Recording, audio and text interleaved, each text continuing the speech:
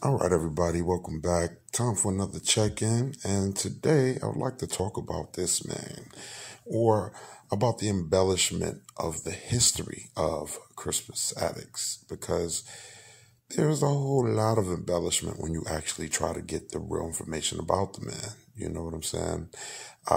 We've always been taught, he was a black man, African man, and, maybe sometimes they'll mention his Native American ancestry, right? But one half of the story wants to say he used to be a slave, and the truth is, all of that is embellishment. Because when you start looking for the real information about this man, there really wasn't a lot of it. A lot of it was made up. They made up a lot of history pertaining to Crispus Attucks because they didn't know much about him in the first place. But let me give you some examples. So, like right here, Wikipedia says the normal story. Crispus Attucks was an American whaler, sailor, stevedore of African and Native American descent, generally regarded as the first person killed in the Boston Massacre, and thus the first American killed in the American Revolution. So, okay, we know he was, we know that there was a black man there, and they called him Crispus Attucks, and that's the way that they viewed him. That's the way their story has always been told to us, right? But you do notice they mention Native American descent, but as you go into the details, they start making up stuff. They even went as far as to give the man parents' names and that he has a sibling, which is something that I never really heard before. But the man's father's name is supposedly Prince Younger, and mother Nancy Attucks, and then a sister, Phoebe Attucks. I mean, this is something I never even heard that one before. But let me show you how I can tell they're making this all up.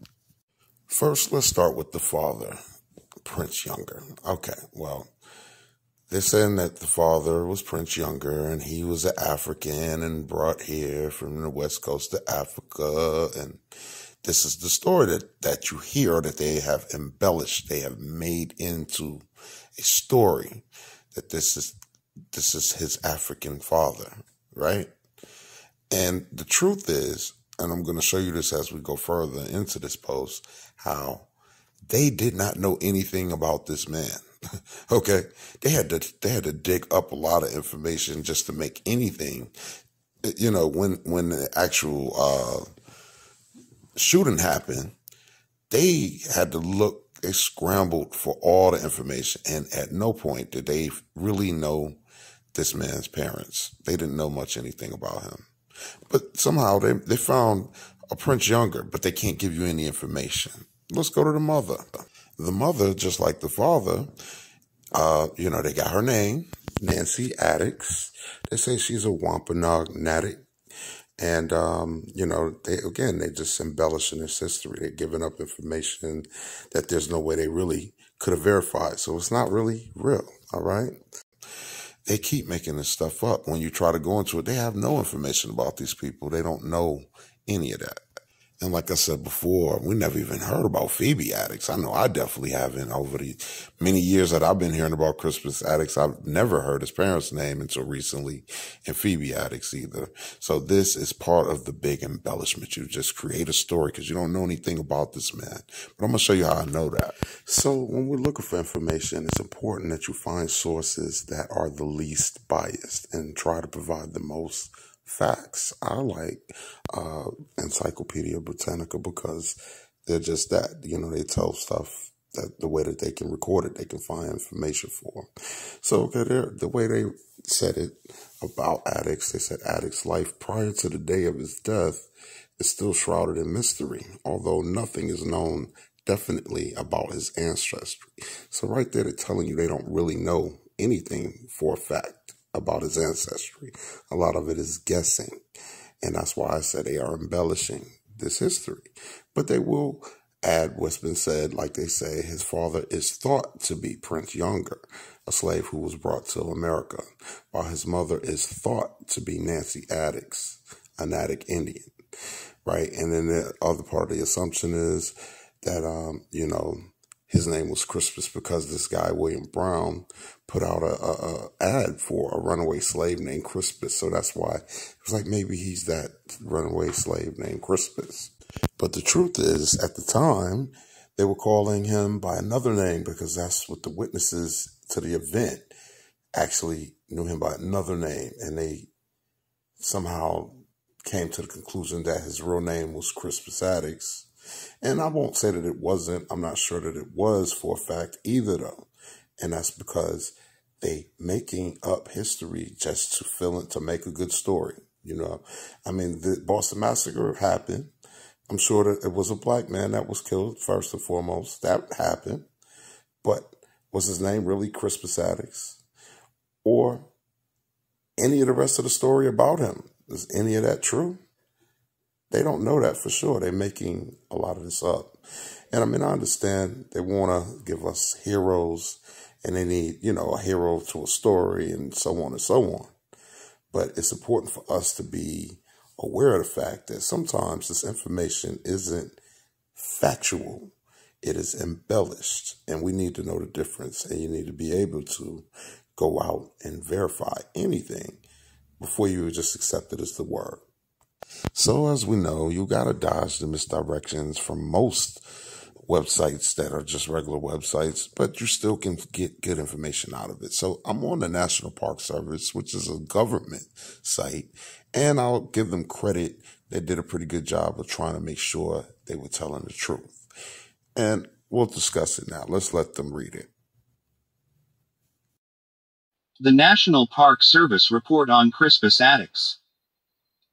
Crispus Attucks was a sailor that died in Boston on March 5, 1770 after British soldiers fired 2 musket balls into his chest. His death and that of 4 other men at the hands of the 29th Regiment became known as the Boston Massacre.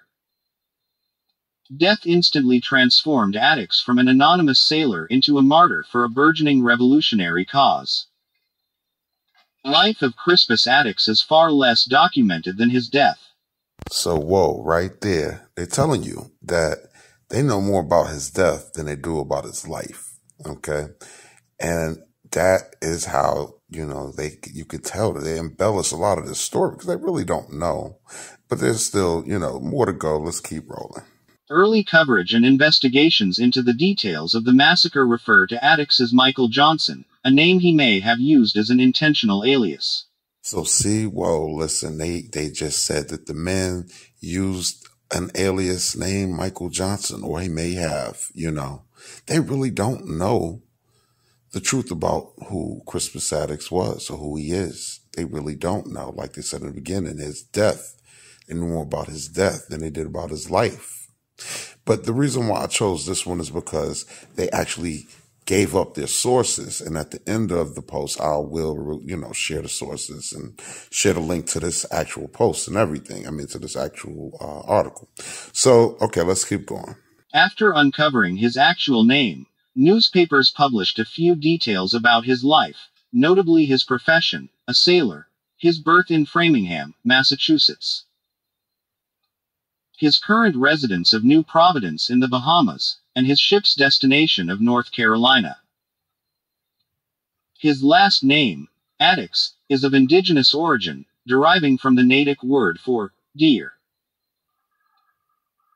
Witness testimony during the massacre trial interchangeably used mulatto or Indian to describe Attucks, indicating his mixed African and indigenous birth. So that statement alone shows you how they contradict themselves. Just like that. Let me read this back. It says his last name, Attucks, is of indigenous origin, deriving from the Natick word deer. Okay, first of all, last name Attucks is an indigenous name. Okay, the next part. Witness testimony during the massacre trial interchangeably used mulatto or Indian to describe Attucks. So they never called him a Negro. They wasn't calling him black. And you have to wonder, were they calling anybody black or Negro at this point in that place? They was definitely calling him Indian, and it was definitely calling him mulatto. This is from the witnesses that were around when the incident happened, which is another reason why it may be okay to believe that this is a true incident, but it has been embellished upon since over the centuries. People have added on to the story and made stuff up that didn't even belong. And this is some of that misdirection that we're talking about, like this, indicating his mixed African indigenous birth. So why would he be African? Nothing really so far has ever really made it clear that anything about him was African. What they did make clear was he was a dark-skinned person by calling him an Indian. Would have been a dark-skinned person, especially during this period. And mulatto is also an indication that you're some type of mixture of a dark-skinned person. So let's keep going. His first name reflects the trend in the colonial era of enslavers forcing an ancient Roman name onto their enslaved people. Attucks shares the name, Crispus, with the son of Emperor Constantine. He also appears in a 1750 advertisement in the Boston Gazette. William Brown of Framingham placed an advertisement to call for the return of a 27-year-old escaped enslaved man named Crispus, described as a 6'2" mulatto. Contemporary sources at the time of his death do not identify Attucks as enslaved or formerly enslaved. So that right there blows up the whole lie that he was an escaped slave. They didn't have any information that said he was a slave or used to be a slave. They tried to reach into an advertisement that was in Boston at the time that they were looking for a person named Crispus. This man's name might not have even really been Crispus. We don't know. Maybe it really was. And just to be realistic, maybe he was a slave at one point in time in his life. That's possible. It's not impossible. But what you call a slave today isn't really the way it was then. We'll just say like that. We've learned a lot since then. A lot of the way they call people slaves today, they weren't slaves. They really weren't, especially not the same everywhere. It was different. Okay. But the main thing is he was from African descent and he used to be a slave and all. They're making this stuff up and the actual documents don't support none of that.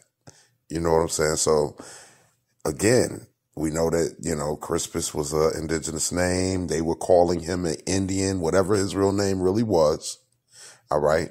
They were witnesses to the fact that he was like one of the first people or the first person to get shot. So, whichever name it is irrelevant. The point is a so-called black man was the first one to die in the Revolutionary War. That part is factual. You know what I'm saying? But they embellish so much of this story and they add things in that really don't have anything to do with anything other than trying to make a narrative or keep a narrative going that they've had going for at least the last 100 and some years back, that we were all slaves. If you found somebody dark skinned or black, they were slaves. Nonsense. Most people weren't slaves. But let's keep the story going and get back to it. How and when he gained his freedom is unknown, but it is possible that Attucks used the name Michael Johnson to protect himself from a return to slavery. On March 5, 1770, witnesses placed Attucks at the head of a group of sailors brandishing clubs and marching toward King Street. A crowd formed around a small group of British soldiers, hurling snowballs, ice balls, and insults at the men. Observers noted Attucks leaned his tall frame on his cordwood club. Amid the chaos, Private Montgomery and the rest of the soldiers fired into the crowd. 2 musket balls ripped through Attucks' chest, killing him instantly. In the following days, the people of Boston held a funeral procession for the victims of the massacre.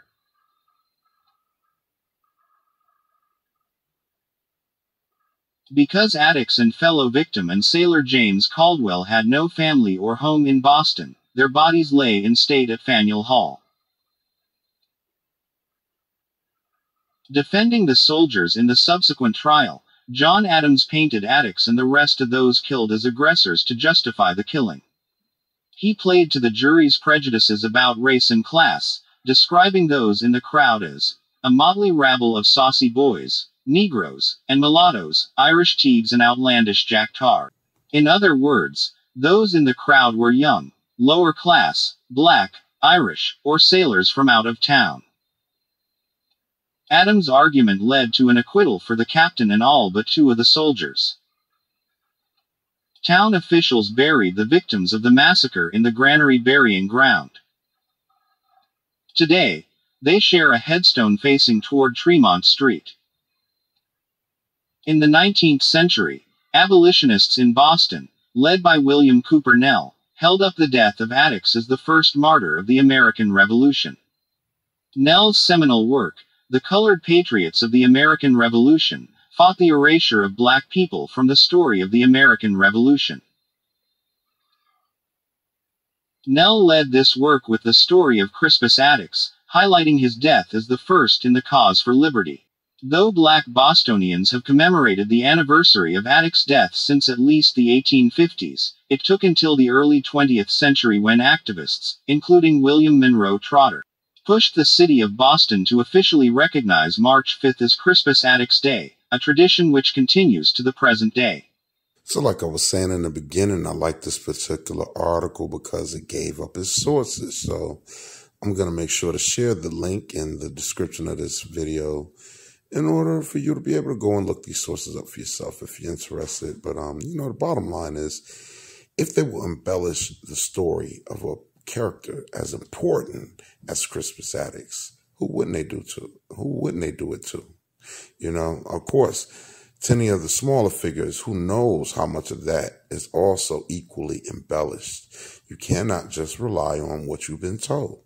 We have to go and verify, triple cross-check, and go over this information, and then you get as close as you can to the truth, because a lot of this stuff is so old, the information is buried to a degree you can't get the information anymore. And you don't have people that were there to share the word of mouth or any of that anymore. We can only go by what's written now.